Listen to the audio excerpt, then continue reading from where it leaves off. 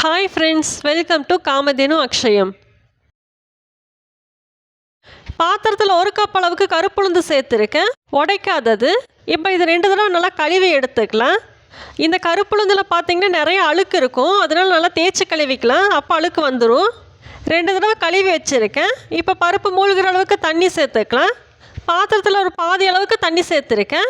இது 6லேருந்து 7 மணி நேரம் போல் ஊறணும். நம்ம சாதாரணமாக வெள்ளை உளுந்து எடுத்தோம்னா 2லேருந்து 3 மணி நேரத்தில் சீக்கிரமாக ஊறிடும். ஆனால் இந்த கருப்பு உளுந்து அப்படி இல்லை, 6லேருந்து 7 மணி நேரம் கண்டிப்பாக ஊறணும். நம்ம ஈவினிங் ஸ்நாக்ஸ்க்கு ரெடி பண்ணுறோம்னா காலையிலேயே ஊற வச்சிட்டோம்னா சரியாக இருக்கும். இப்போ பாருங்கள், ஒரு 7 மணி நேரம் போல் ஊறி இருக்குது. பருப்பு நல்லா ஊறிடுச்சு. கருப்புளுந்து ஊறும்போது அந்த தோலெல்லாம் லைட்டாக விரிசல் விட்டுரும். இது மாதிரி நம்ம கையால் ப்ரெஸ் பண்ணாலே ஈஸியாக உடஞ்சிரும். இப்போ நல்லா ஊறி இருக்குது, இதை அரைச்சிக்கலாம். ஊற வச்சிருக்கிற இந்த தண்ணி வேண்டாம், ஃப்ரெஷ்ஷாக ஒரு 1/4 கப் அளவுக்கு தண்ணி சேர்த்து அரைச்சிக்கலாம். இப்போ பாருங்கள், அரைச்சிட்டு வந்தாச்சு.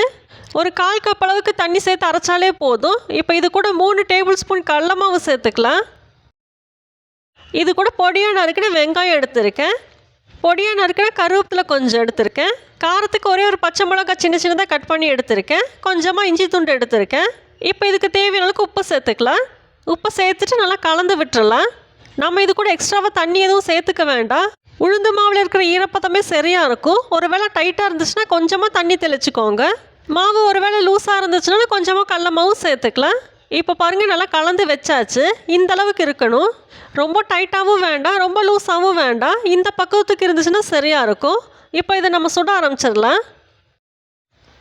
இதுக்கு கடாயில் கொஞ்சமாக எண்ணெயை சூடு பண்ணி வச்சுருக்கேன். இப்போ கையில் தண்ணியை நினச்சிட்டு இது மாதிரி சின்ன பால்ஸை எடுத்து உருட்டிக்கலாம்.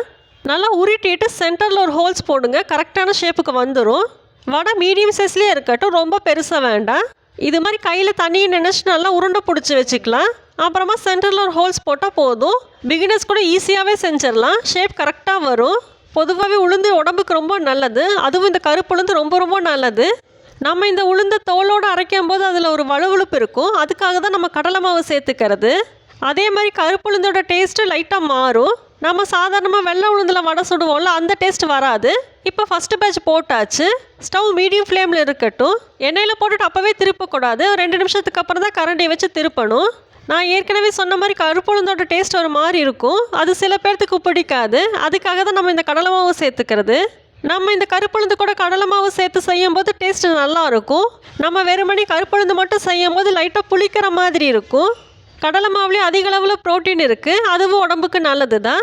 நம்ம இப்படி செஞ்சு கொடுக்கும்போது டேஸ்ட்டும் நல்லாயிருக்கும், யாரும் வேண்டான்னு சொல்ல மாட்டாங்க. நான் ஏற்கனவே கருப்புளுந்தில் பாயாசம் எப்படி பண்ணுறதுன்னு வீடியோ அப்லோட் பண்ணியிருக்கேன். அந்த வீடியோட லிங்க் டிஸ்கிரிப்ஷன் பாக்ஸில் கொடுக்குறேன், வேணுங்கிறவங்க செக் பண்ணி பாருங்கள். நம்ம இதில் கடலை மாவு சேர்த்துருக்கனால வடையோட கலர் மாறுறதும் தெரியும்.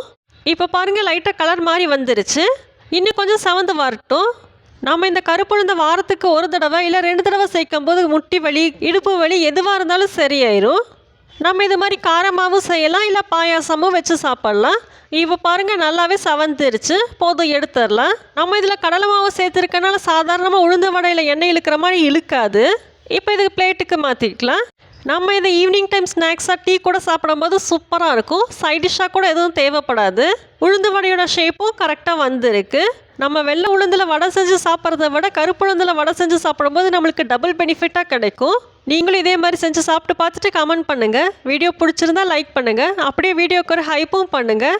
காமதேனு அக்ஷயத்துக்கு சப்ஸ்கிரைப் பண்ணுங்கள். தேங்க்ஸ் ஃபார் வாட்சிங்.